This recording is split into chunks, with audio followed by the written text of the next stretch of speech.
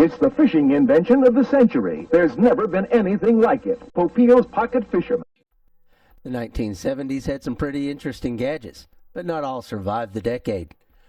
Some evolved into things that we use today, and some vanished like your friends when your mom was yelling at you. Welcome to We Were Here. And if your mom had a macrame owl hanging on the wall when you were growing up, you're going to love this channel. Today we're going to explore 10 gadgets from the 1970s that we no longer use. We're going to start things off with one for the music lovers, 8-track tapes. 8-tracks allowed us to take our record collection wherever we went. They were bulky and a pain to carry around, but they were durable. So if they went sliding around the front seat or onto the floor of your car, they'd still work when you needed them to. Some people would use big cases to keep them organized or to carry them from place to place, but most of the time they were just sitting on the bench seat for easy access. 8-track tapes were extremely popular, and you could even join a special 8-track club, usually under an assumed name, and get like 11 or even sometimes 13 tapes for $1. The only downside was making sure your parents didn't find out. Oh man, I got yelled at that day. Anyway, 8-tracks weren't the easiest way to listen to your music though. Each track on an 8-track tape had a specific length of time. Sometimes the song was split between tracks and you'd have to wait until the next track to switch to hear the rest of the song, and you couldn't rewind it.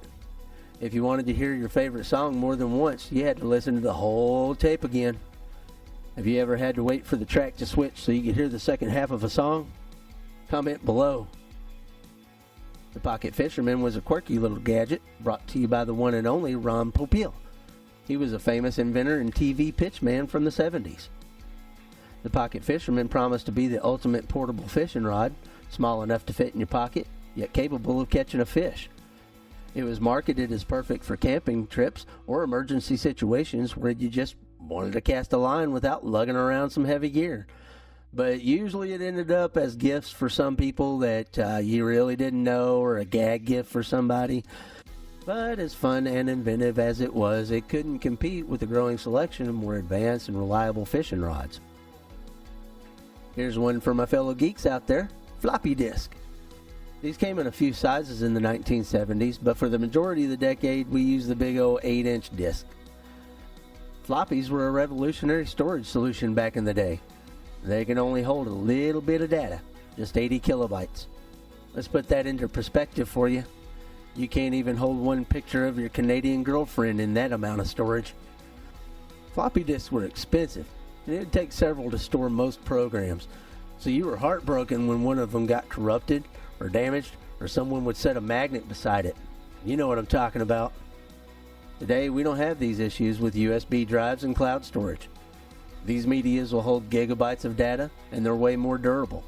It's hard to imagine a time when floppy disks were the future of tech.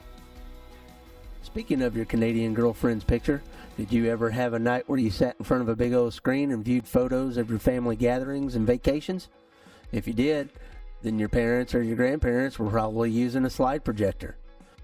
In the 70s, these were the must-have gadget for sharing pictures from your latest trip to Disney World or that time you went to the Grand Canyon.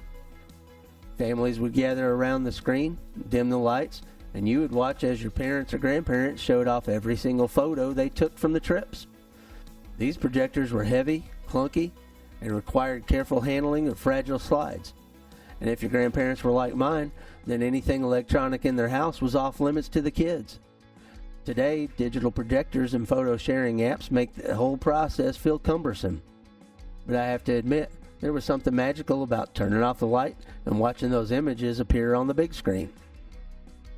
And sometimes it would take weeks to get your vacation photos or slides back, and who had time for that? With the Polaroid instant camera, the wait was only about a minute. And despite what the company said, we all knew that shaking the picture would speed up the development.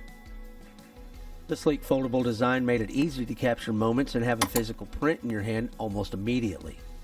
It was perfect for parties, family gatherings, and if you didn't trust mirrors, you could always take a Polaroid. Isn't that right, Cher?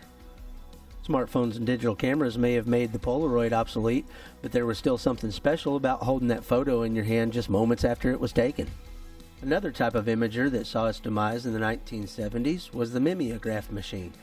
Before photocopiers, teachers, Businesses and government offices use mimeograph machines to make copies of documents, newsletters, and tests. These machines were messy, loud, and left behind a distinct smell of ink. The process involved using a stencil and ink to transfer the image onto paper, and let me tell you, it was not the cleanest operation. Sometimes people would wear an apron so they wouldn't mess up their clothes. While today's copy machines are faster, quieter, and much easier to make copies of your butt on, mimeographs will always be a relic of simpler, but probably not better times. In 1975, people could record and watch TV programs at their leisure with the introduction of the Sony Betamax. 1 year later, wouldn't you know it, JVC would release VHS, and the format wars were on. My aunt had a Betamax, and I remember seeing Bill Cosby himself for the first time at her house.